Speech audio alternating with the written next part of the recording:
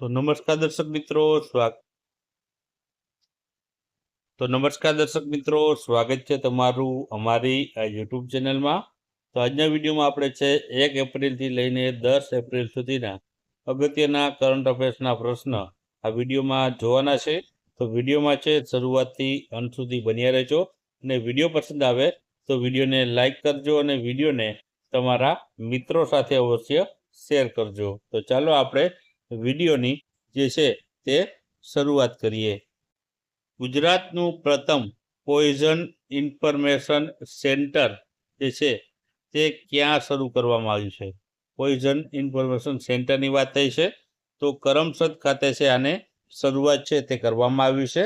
ત્યારબાદ 9મી India pharma conference 2026નું જે આયોજન છે તે કયા શહેરમાં કરવામાં આવશે? તો જવાબ આવશે નવી દિલ્હીમાં છે આનું આયોજન કરવામાં આવશે. ત્યારબાદ ગુજરાતમાં ખરવા મોવાસા રસીકરણ અભિયાનનો જે સમયગાળો છે તે કયો છે? તો આમાં જવાબ આવશે 1 માર્ચથી લઈને જે છે 15 એપ્રિલ સુધીનો. ત્યારબાદ અમેરિકાના ઇતિહાસમાં પ્રથમ વખત છે કયા ચાલુ રાષ્ટ્રપતિની સહીની ચલણી નોટો પર છે તે મૂકવામાં લેવાનો નિર્ણય કરવામાં આવ્યો છે? તો મિત્રો ડોનાલ્ડ ટ્રમ્પની જે છે તે સહી છે હવે જે છે અમેરિકાની ચલણી નોટો પર જોવા મળશે. ત્યારબાદ કઈ ભારતીય એનિમેટેડ ફિલ્મ છે તેને NYSAF 2026માં જે છે જીત્યો છે, શ્રેષ્ઠ દિગ્દર્શકનો એવોર્ડ જીત્યો છે?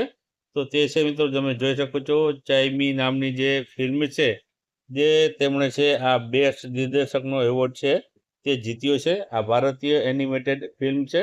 ત્યારબાદ તાજેતરમાં જ ઉદ્ઘાટન કરાયેલા કેઇનેસ સેમિકોન પ્લાન્ટ ગુજરાતમાં ક્યાં આવેલો છે? તો જવાબ આવશે કે આ મિત્રો સાણંદ ખાતે છે કેઇનેસ જે છે સેમિકોન પ્લાન્ટ આવેલો છે. ત્યારબાદ વર્ષ 2025-26 માટે hockey India player of the year પુરુષમાં કોણ બન્યું છે? તો જવાબ આવશે હાર્દિક સિંહ બન્યા છે.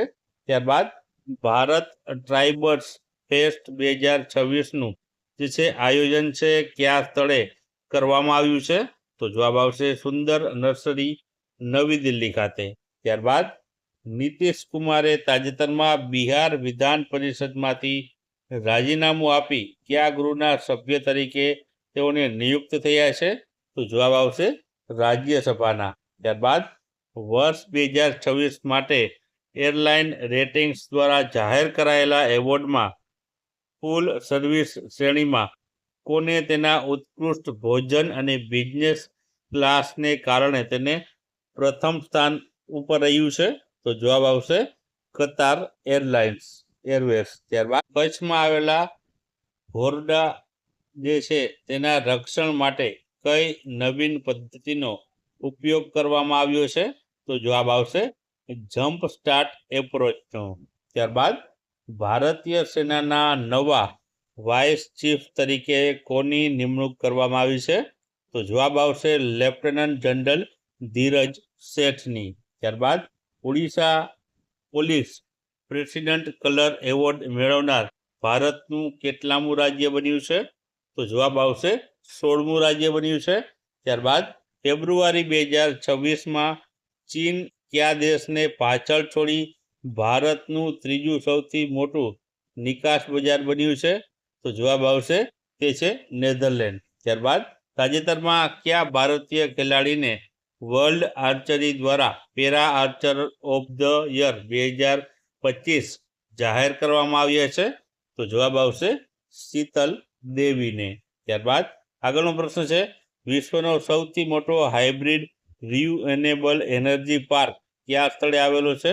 તો જવાબ આવશે ખાવડા ખાતે. ત્યારબાદ ઇન્કમ ટેક્સ એક્ટ 2025 વિશે કરદાતાઓને માહિતગાર કરવા માટે ભારત સરકાર દ્વારા કયું રાષ્ટ્રવ્યાપી અભિયાન શરૂ કરાયું છે? તો જવાબ આવશે પ્રારંભ.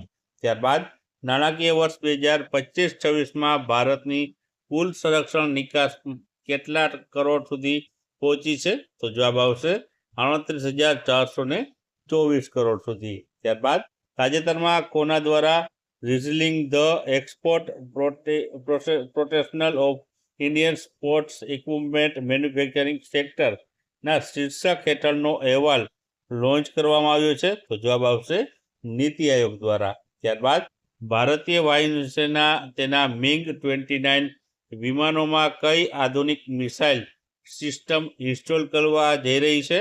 તો જવાબ આવશે તે છે અસ્ત્રમ. ત્યારબાદ આગળનો પ્રશ્ન છે કે મે 2026માં બ્રિક્સ વિદેશ મંત્રીઓની બેઠકોનું જે આયોજન છે તે કયું શહેર કરશે? તો જવાબ આવશે નવી દિલ્હી. ત્યારબાદ ખેલો ઇન્ડિયા ટ્રાઇબલ ગેમ્સ 2026માં કયું રાજ્ય ઓવરઓલ ચેમ્પિયન બન્યું છે? તો જવાબ આવશે કર્ણાટક.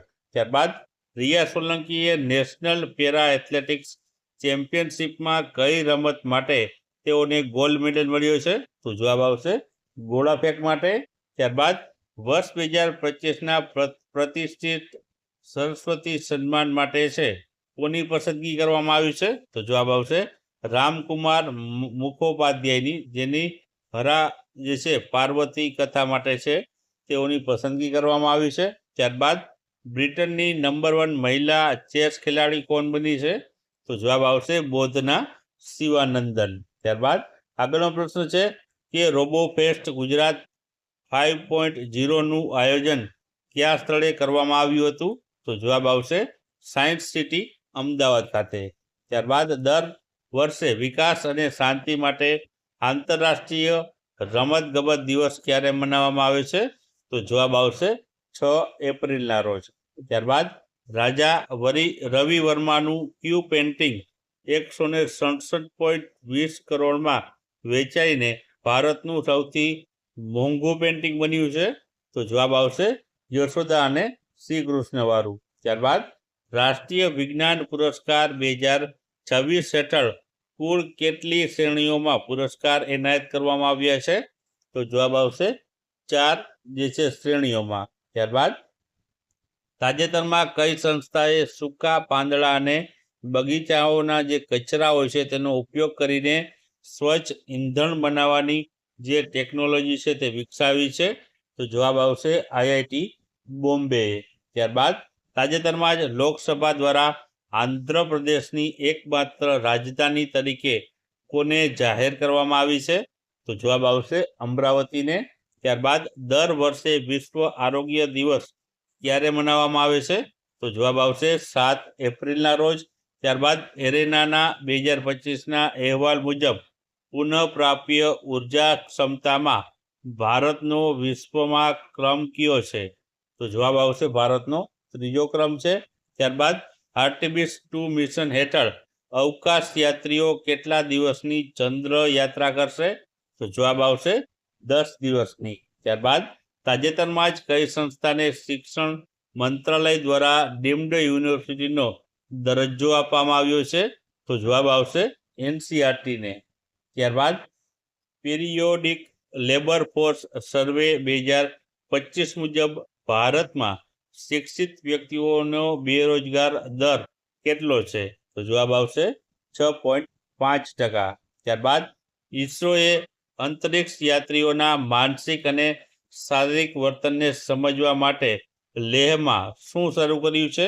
તો જવાબ આવશે મિશન મિત્રા જે છે શરૂ કર્યું છે. ત્યારબાદ ભારતીય સંસદના પ્રથમ ઓપનલી LGBTQ+ સભ્ય કોણ બન્યા છે? તો જવાબ આવશે મેનકા ગુરુસ્વામી. ત્યારબાદ ઓસ્ટ્રેલિયાના કયા રાજ્યમાં 16 વર્ષથી ઓછી ઉંમરના જે બાળકો માટે છે બાઇક ચલાવવા પર પ્રતિબંધ મૂકવામાં આવ્યો છે? તો જવાબ આવશે ક્વીન્સલેન્ડમાં.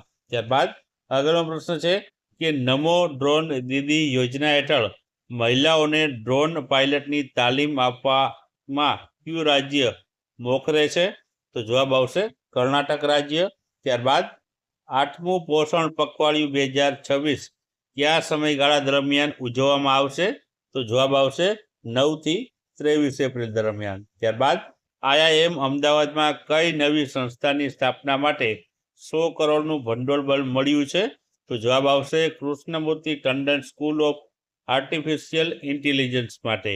ત્યારબાદ ઘાતક જે સ્ટીલર્સ ડ્રોન કઈ સંસ્થા દ્વારા વિકસાવવામાં આવ્યું છે? તો જવાબ આવશે DRDO દ્વારા. ત્યારબાદ 2026માં IMF વર્લ્ડ બેંકની વાર્ષિક બેઠકનું યજમાન દેશ કયો છે?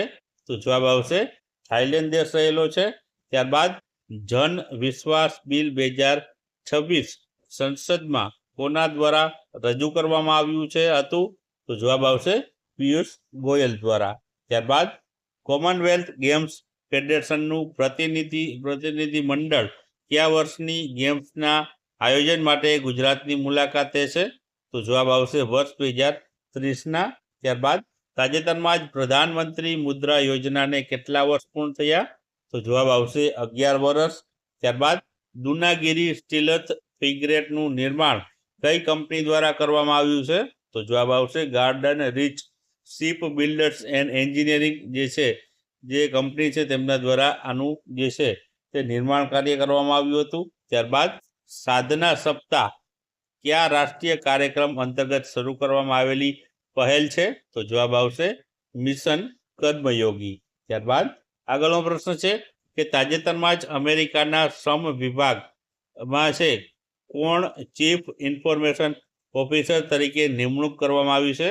તો જવાબ આવશે મંગલા કુપ્પાની, જે ભારતીય મૂળની છે તેઓની નિમણૂક કરવામાં આવી છે.